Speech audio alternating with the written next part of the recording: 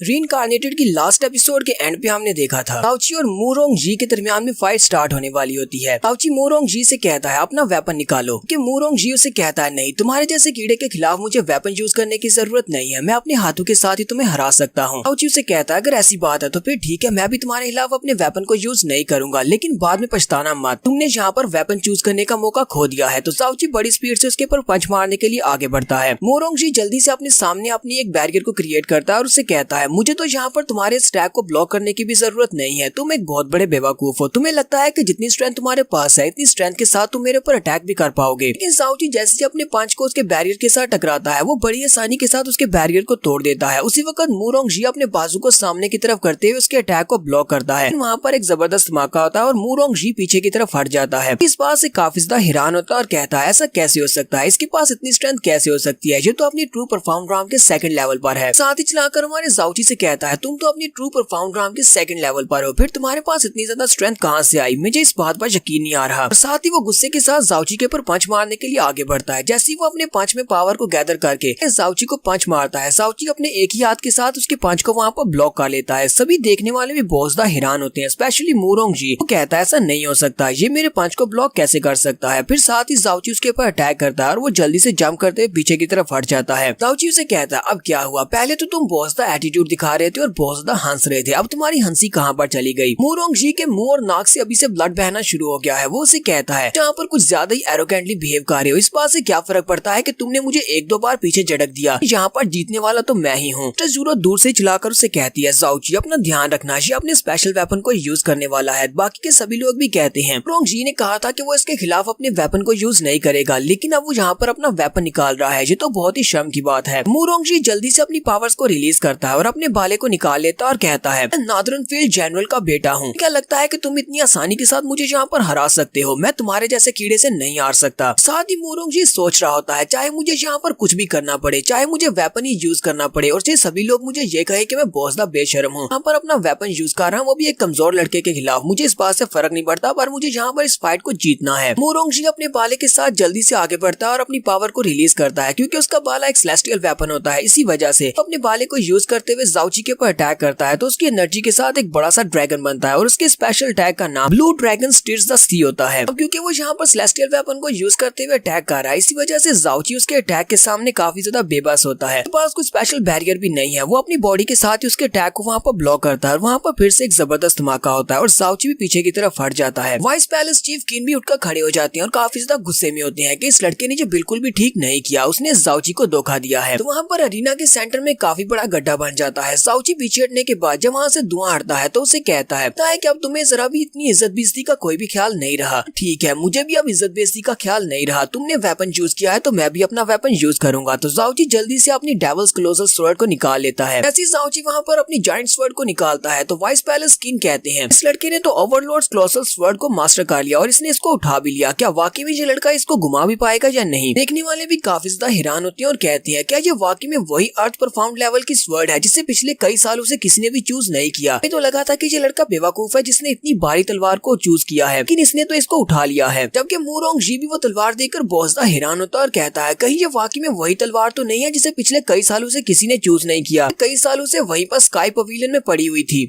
ताओची मूरोंग जी से कहता है तुम इनर पैलेस के एक डिसाइपल हो, लेकिन यहाँ पर इनर पैलेस डिसाइपल होने के अलावा तुम नादरनफील्ड जनरल के बेटे भी हो, फिर भी तुम यहाँ पर इतनी इस तरह बुरी तरह से बिहेव कर रहे हो, एटीट्यूड बिल्कुल भी अच्छा नहीं है, तुम्हारे अंदर जरा भी मैनर्स नहीं है। तो अब मैं तुम्हें यहाँ पर कुछ मैनर्स सिखाने वाला हूँ, मैं तुम्हारे ऊपर जरा भी इजी नहीं आऊंगा। मूरोंग जी उसे कहता है मुझे पता है कि तुम्हारी बॉडी मुझसे थोड़ी बहुत टफ है और तुम मुझसे काफी स्ट्रॉन्ग हो सकते हो, फिर भी तुम्हारी कल्टीवेशन लेवल मुझसे बहुत ज्यादा लो है, इसलिए आज अगर कोई मरेगा तो वो तुम मरोगे, क्योंकि मुझे नहीं लगता कि तुम अपनी इस बड़ी सी तलवार को उठाकर घुमा भी पाओगे। तुमने इस तलवार को निकाल तो लिया, सभी को इम्प्रेस भी कर दिया, लेकिन इसको घुमाना तो बहुत ज्यादा मुश्किल है। साथ ही वो जंप करते हुए अपने बाले के साथ फिर से उसके ऊपर अटैक करने के लिए आगे बढ़ता है। इस बार वो अपने एक और स्पेशल स्किल को यूज कर रहा है जिसका नाम पुरगाटरी ड्रैगन शैडोज होता है। अपने बाले के साथ एनर्जी के बने हुए मल्टीपल शैडोज निकालता है, वो सारे के सारे मल्टीपल ड्रैगन्स होते हैं। ताओची नीचे ग्राउंड के ऊपर खड़ा होता है और वो सारे ड्रैगन्स उसके ऊपर अटैक करने के लिए आगे बढ़ते हैं। हमारा ताओची वहीं से अपनी तलवार को घुमाता है, तलवार के सिर्फ एक ही स्विंग के साथ उसके सारे के सारे शैडो ड्रैगन्स को वहीं पर डिस्ट्रॉय कर देता है और शैडो ड्रैगन्स के डिस्ट्रॉय होने के साथ ही मूरोंग जी जो कि अभी हवा में होता है वो भी उसकी एनर्जी के साथ टकराता है और वहीं पर पीछे गिर जाता है। यहाँ पर गिरने के बाद जब वो अपने बाले की तरफ देखता है, मूरोंग जी का सेलेस्टियल वेपन टूट जाता है, उसका भाला टूट जाता है। वो बहुत हैरान होता है और कहता है ऐसा कैसे हो सकता है, मेरा सिल्वर ड्रैगन स्पीयर ये कैसे टूट सकता है। फिर गुस्से के साथ वो चिल्लाकर उससे कहता है जाओची मैं तुम्हें मार डालूंगा, तो हम लोग यहाँ पर कुछ भी होल्ड बैक नहीं करेंगे, मैं अपनी फुल स्ट्रेंथ को यूज करने वाला हूँ। जाओची उसे कहता है तो फिर ठीक है, मैं भी अपनी फुल स्ट्रेंथ को ही यूज करूंगा। जाओची फिर से अपनी तलवार को घुमाते हुए उसके ऊपर अटैक करता है और मूरोंग जी के ऊपर जब स्ट्राइक लगाता है तो वो हवा में ऊपर की तरफ उड़ता है। जैसे ही वो पीछे की तरफ गिरने लगता है, जाओची फिर से जंप करते हुए ऊपर चला जाता है और ऊपर वाली साइड से फिर से अपनी तलवार के साथ उसके ऊपर अटैक करता है, जिससे मूरोंग जी धड़ाम करके ग्राउंड के ऊपर आकर गिर जाता है और उसकी बॉडी के ऊपर एक बड़ा सा कट भी लगा होता है और वो ग्राउंड के अंदर आकर धंस जाता है, जिससे वो वहीं पर बेहोश हो जाता है। पर जाओची भी जल्दी से नीचे उतर आता है और नीचे उतर कर कहता है तुम अभी भी मुझसे फाइट करना चाहते हो कि तुम तो अपनी प्रोफाउंड राम के 9th लेवल पर हो, जल्दी तुम हार कैसे मान सकते हो, तुम्हें तो अभी मुझसे फाइट करनी चाहिए। मास्टर केन उसके पास आते हैं और जाओची से कहते हैं अब तुम्हें और ज्यादा करने की जरूरत नहीं है, ये तो पहले से ही हार चुका है, क्योंकि मुझे नहीं लगता कि अब दोबारा उठ पाएगा, ये तो बेहोश हो चुका है। वहाँ पर जितने भी लोग इस मैच को देखने के लिए आए होते हैं वो सभी लोग अब जाओची की तारीफें कर रहे होते हैं। वो लोग कहते हैं हमने इस लड़के को बहुत ही ज्यादा काम मांगा, हमने इसको बेवकूफ समझा था कि इसने इतनी बड़ी तलवार को अपने लिए चूज किया है, क्या ये इसको उठा भी पाएगा या नहीं, लेकिन इसने इस तलवार को यूज करते हुए अपने से ज्यादा कल्टीवेशन वाले लड़के को बड़ी आसानी से हरा दिया है और इसके हाथ में ये तलवार वाकई में बहुत ज्यादा अच्छी लग रही है। वाइस चीफ किन भी उठकर खड़े हो जाते हैं और तालियां बजाते हुए कहते हैं लड़के तुम तो वाकई में बहुत ज्यादा बहादुर हो, तुम्हारे जैसा जीनियस सालों के बाद यहाँ पर हमारे ब्लू विंड एम्पायर में आया है। और साथ ही वाइस पैलेस किन सोच रहे होते हैं प्रिंसेस ने इस लड़के को चूज करके बिल्कुल सही फैसला किया है, मुझे पूरा भरोसा है कि ये लड़का आने वाले टूर्नामेंट में हमें रिप्रेजेंट कर सकता है। तो वाइस पैलेस किन कहते हैं भी लोगों ने ये बात यहाँ पर देख लिया कि जाओची ने मूरोंग जी को आसानी से हरा दिया। न सिर्फ उसने मूरोंग जी को यहाँ पर चैलेंज में हराया है, बल्कि उसने ओवरलोड क्लोसस स्वर्ड को भी उठाकर दिखा दिया है, जिससे पिछले कई सालों से किसी ने नहीं उठाया, नहीं कोई इस तलवार को यूज कर पाया है। इसलिए जहाँ पर मैं इसको इनाम बताने वाला हूँ कि इसने इस मैच को जीतकर क्या हासिल किया है। इसके बाद जाओची हमारे इनर पैलेस का एक डिसाइपल है और मूरोंग जी की जगह के ऊपर ये उसकी रैंकिंग लेगा। मूरोंग जी क्योंकि 73rd रैंकिंग के ऊपर था तो अब उसकी जगह के ऊपर हमारा जाओची होगा। सिर्फ इतना ही नहीं, इसे हमारे सुप्रीम प्रोफाउंड हॉल के अंदर जाने की इजाजत होगी, ये जब चाहे वहाँ पर आ जा सकता है और जहाँ से जो चीज चाहे वो इस्तेमाल कर सकता है। इसके अलावा इसे यहाँ पर एक बहुत ही स्पेशल पिल दी जाएगी जिसे gold scale dragon transforming pellet कहा जाता है। उसी वक्त फेंग बाईजी एरिना में आता है और जाओची से कहता है जाओची तुमने इस मैच को तो जीत लिया है, लेकिन तुम्हें ज्यादा एरोगेंट होने की जरूरत नहीं है, क्योंकि तुम्हारी एरोगेंस तुम्हें बहुत ज्यादा भारी पड़ने वाली है। जबकि हमारा जाओची उसका मजाक उड़ाते हुए कहता है तुमसे पहले भी काफी सारे लोगों ने मुझे यहाँ पर धमकियां दी है, लेकिन वो सभी के सभी लोग मर चुके हैं या फिर उनकी कल्टीवेशन क्रिपल हो चुकी है, उनकी हालत बहुत ज्यादा बुरी हुई। तुम्हारा भी इंतजार करूंगा कब तुम मुझसे बदला लेने के लिए आओगे, देखते हैं कि तुम मेरा क्या उखाड़ सकते हो। और फिर साथ ही जाओची उसे पीस का साइन बनाते हुए वहाँ से चला जाता है। आपकी सिस्टर ज़ूरो भी वहीं पर खड़ी ये सब कुछ देख रही होती है और कहती है ब्रदर जाओची तो वाकई में बहुत ज्यादा कूल है, जी तो पहले से काफी ज्यादा स्ट्रॉन्ग हो चुका है, लेकिन अब जबकि इसने यहाँ पर इस चैलेंज को जीत लिया है तो मुझे लगता है कि हमारी इंपीरियल फैमिली में जो कुछ चल रहा है भी उस सब में शामिल हो जाएगा, क्योंकि बहुत सारे लोग इसको भी ऑफर करेंगे अपनी तरफ से टूर्नामेंट में हिस्सा लेने के लिए। नेक्स्ट सीन जाओची के रूम का दिखाया जाता है। जाओची अपने रूम में बैठा होता है, सिस्टर ज़ूरो भी उसके पास ही बैठी होती है, वो उसकी पट्टियां कर रही होती है। वो उसे कहती है तुम्हारी बॉडी के ऊपर तो बहुत सारी चोटें लगी हुई है, इतनी सारी चोटें देखकर मैं बहुत ज्यादा परेशान हूँ, वहाँ पर मर भी सकते थे। जाओची उसे कहता है सीनियर सिस्टर तुम्हें परेशान होने की जरूरत नहीं है, ये सब कुछ तो बिल्कुल ठीक हो जाएगा, ये तो बस छोटी मोटी चोटें हैं, जल्दी से हील हो जाएंगी। साथ ही वो सोच रहा होता है क्योंकि मैंने ग्रेट वे ऑफ बुद्धा के फर्स्ट लेवल को मास्टर किया हुआ है तो ये सारी की सारी चोटें तो बहुत ही जल्दी हील हो जाएंगी। फिर साथ ही जाओची उसके दिए हुए कपड़ों की तरफ देखता है और उसे कहता है सिस्टर तुमने मुझे जो कपड़े दिए थे ये सारे के सारे इस फाइट में फट गए, मैं इनको यहाँ पर बचा भी नहीं पाया, मैंने सिर्फ आज इनको पहना था। सिस्टर ज़ूरो उसे कहती है तुम इसकी चिंता बिल्कुल भी ना करो, मैं तुम्हारे लिए और बहुत सारे कपड़े बना दूंगी, ये तो शुक्र है कि तुम बिल्कुल ठीक हो, कपड़ों का क्या है, ये तो तुम्हारे लिए नए आ जाएंगे। जाओची उसे कहता है लेकिन इस तरह की बातें तो एक वाइफ के मुंह से ज्यादा अच्छी लगती है, क्या तुम फाइनली इस बात को एक्सेप्ट करने को तैयार हो। ज़ूरो उसे कहती है तुम तो पहले से शादीशुदा हो, फिर तुम यहाँ पर इस तरह की बातें कैसे कर सकते हो, और अभी पहले वाली बात के ऊपर मुझे तुम्हें सजा देना बाकी है। हमारा जाओची आगे बढ़ता है और उसे कहता है अगर ऐसी बात है तो फिर इस वाली बात के ऊपर तुम मुझे बाद में सजा दे सकती हो। इसी वक्त दरवाजा खुलता है और एल्डरकिन अंदर आ जाते हैं। एल्डरकिन अपने ध्यान अंदर आते हैं, उनके हाथ में उसका गोल्ड स्केल पैलेट होता है जो पिल देने का उसे वादा किया गया था। एल्डरकिन वहाँ पर आकर उसे कहती है मैं तुम्हारी गोल्ड स्केल ड्रैगन ट्रांसफॉर्मिंग पिल लेकर आया हूँ, तुमने मूरोंग जी को बड़ी आसानी से हरा दिया, तुम्हारी परफॉर्मेंस वाकई में बहुत ज्यादा अच्छी थी। जैसे ही एल्डरकिन अंदर आते हैं वो उन दोनों को वहाँ पर देखकर बहुत ज्यादा हैरान हो जाते हैं, क्योंकि सिस्टर ज़ूरो वहाँ पर बैठकर उसके बाजू के ऊपर पट्टियां कर रही होती है। वो जैसी वहाँ पर एल्डरकिन को देखती है तो वो जल्दी से उठकर वहाँ से भाग जाती है। एल्डरकिन उसे देखकर काफी ज्यादा हैरान होते हैं। उनसे कहता है इंस्ट्रक्टर किन आप यहाँ पर क्या कर रहे हैं, चलिए जल्दी से आकर बैठ जाएं। एल्डरकिन वहाँ पर बैठ तो जाती है लेकिन वो हैरान होकर उसे कहते हैं तुम दोनों यहाँ पर क्या कर रहे थे और ज़ूरो तुम्हारे साथ यहाँ पर क्या कर रही थी, तुम उसे लाइक तो नहीं करते। जाओची उसे कहता है तो इस बात से क्या फर्क पड़ता है अगर मैं उसको लाइक करता हूँ तो। एल्डर किन वहाँ पर बैठकर एक लंबी सांस लेते हैं और उसे कहते हैं वैसे तो इस बात में कोई भी मसला नहीं है, लेकिन क्या तुम्हें वाकई में उसकी बैकग्राउंड के बारे में पता है? क्या तुम्हें पता है कि वो उसकी फैमिली बैकग्राउंड क्या है और वो कौन है? ताऊची उसे कहता है नहीं, मुझे उसकी फैमिली बैकग्राउंड के बारे में नहीं पता और ना ही मैं जानना चाहता हूँ। मुझे पता है कि वो मुझसे कुछ छुपा रही है। मैं सोच रहा था कि वो खुद ही किसी दिन मुझे इस बारे में बता दे क्योंकि उसकी फैमिली बैकग्राउंड कौन सी है। कि अभी उसके लिए वक्त ठीक नहीं होगा मुझे अपने बारे में बताने का। एल्डर किन उसे कहते हैं तुम तो बहुत बड़े बेवकूफ हो, तुम्हें उसकी फैमिली बैकग्राउंड के बारे में कुछ भी नहीं पता। तुम यहाँ पर कह रहे हो कि तुम उसे लाइक करते हो, चलो ठीक है, लगता है कि अब मुझे तुम्हें इस बारे में बताना पड़ेगा। तो यहाँ पर हम लोग अपनी एपिसोड 56 का एंड करेंगे। नेक्स्ट एपिसोड में हमें ज़ोरो की रियल आइडेंटिटी के बारे में पता चलेगा। एपिसोड की एक्सप्लेनेशन अच्छी लगी हो तो कमेंट करके जरूर बताइएगा। चैनल को सब्सक्राइब कर दें, वीडियो को लाइक और शेयर कर दें। शुक्रिया।